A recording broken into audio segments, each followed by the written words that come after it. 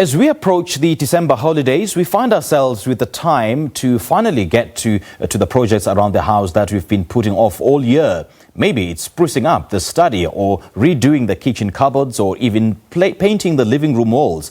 Whether you're looking to add a bit of splash of the it color to your home this summer or brainstorming a complete renovation next year, architect Nisha van der Hoven joins us this morning to take us through some of the latest trends in the interior designing world that you can try out. Nisha, a very good morning to you. Thanks for joining us. Welcome to Morning Live. Morning. Thank you. Most people got to work from home, Nisha, throughout the year, those looking to renovate their study or office space. So what should they go for? Well, I think we've all experienced how this kind of optimal work from home environments has led to quite challenging daily routines and obviously greater levels of stress. The events of this year have certainly changed the way we work and also view our home spaces. And I think going forward will also influence the way we design our homes.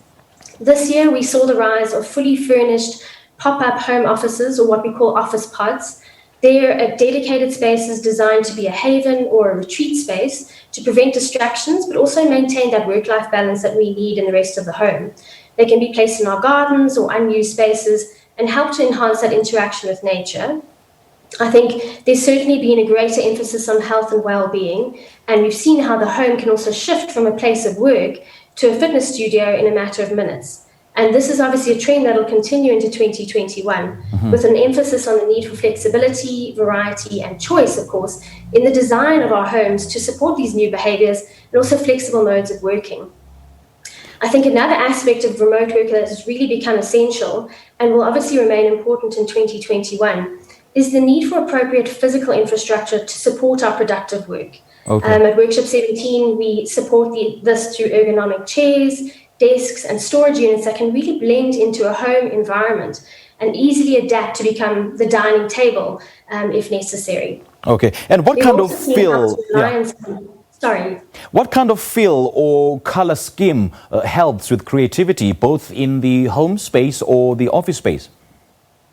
So I think when it comes to a look and feel for a home, it obviously needs to complement your existing design. I think in an office interior, it's important that the color is also not overpowering. So I would opt for a neutral base color that helps to, in a sense, create this sort of canvas and allow for the workspace to reflect natural light. And it helps to provide a sort of a very organized space, free from distraction, bring about a sense of calm and tranquility, but also create and generate positive psychological effects. Sure. But I think, sorry, yes. Well, okay, for management looking to change the office for their employees, what advice would you give them? Well, I think any workspace, it obviously should promote productivity. So you really want to choose interior colors that focus on that balance. And obviously studies have shown that certain colors, such as warm hues of pinks, will stimulate creativity and improve focus, whereas others that are more subdued shades of green, for instance, have more calming effects and help to lower stress within the environment. I think it's important that the look and feel of our spaces focuses on well-being, hygiene, but also providing sensory experience. So if possible, bring nature into the space through the presence of plants and greenery, and reflect nature through the use of natural materials, such as your timber, your cork, clay, and brass. All of these are very sort of tactile and timeless materials that provide a sense of warmth and are obviously comforting to touch, but also hygienic and easy to clean. So how can one go about bringing out the best of the various themes into one space to accommodate everyone's personality, perhaps?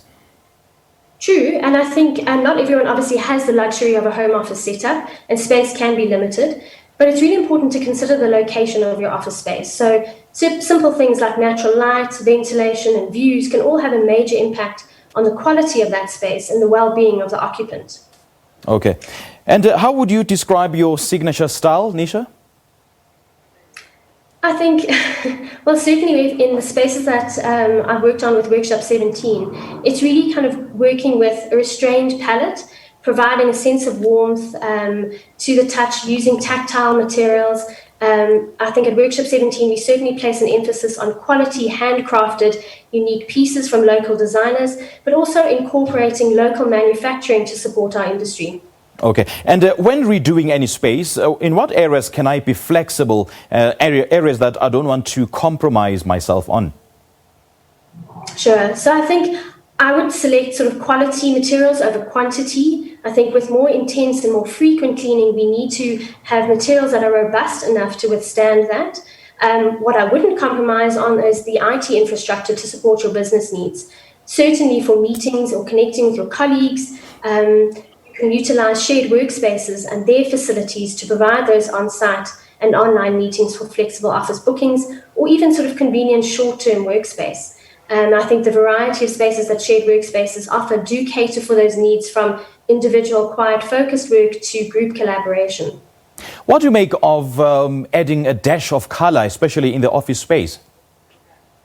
I think color is important, but I think color that is restrained is really important. So you don't want to overpower the space with color, but you do want to bring in some accent colors that respond to the entire look and feel of your home or the office. Okay. And what are some of the 2020 trends in the deco world that people will still be following well into the new year? Well, I think 2020 has certainly made us more aware of our surroundings and also our impact on the environment, from certainly the way we design, the way we source materials, and even the way we build. So I think the scarcity of materials has forced us to think contextually and also apply our minds locally. And I think that makes for a more considered approach to design and hopefully a better response to design within our industry. And which trends you think should be left in the year 2020? I think we've seen, in terms of workspace design, I think design efficiency, or the efficiency of workspaces and density, has changed. I think there's also been a shift from the open plan office. Spaces will become more private and a little bit more dedicated. And I think having a healthy balance between online meetings and personal interaction is becoming more important, and we're seeing this as a better ways to communicate through teamwork and collaboration. You know, Nisha, some people actually prefer the dull colors. So how would you be creative in terms of making sure that you bring out the life in those dull colors? Well, I think one can also use accents. So I think a neutral shade, but a warm shade, is really important in the design of our interior spaces. But I think one can complement that with plants and greenery, and also natural elements. So something very tactile like timber desking, using that as in certain elements, the shelving units that we introduce into our homes for storage. I think it's important to veer away from very sort of dark and dramatic colors in a home office environment, because you do want to be able to reflect light. And I think more and more we're seeing an emphasis on how we light our spaces and how we curate our backgrounds for certain tasks. And I think this will become part of the planning and the consideration of our homes going forward. All right, Nisha, thank you so much for bringing some sense into the whole, interior design space. We do appreciate your time. Thank you. All right, thank you. That is Nisha van der Hoven. She is an architect working as a consultant to Workshop 17, talking to us about the latest trends in offices to convey style to clients and to work more effectively and creatively.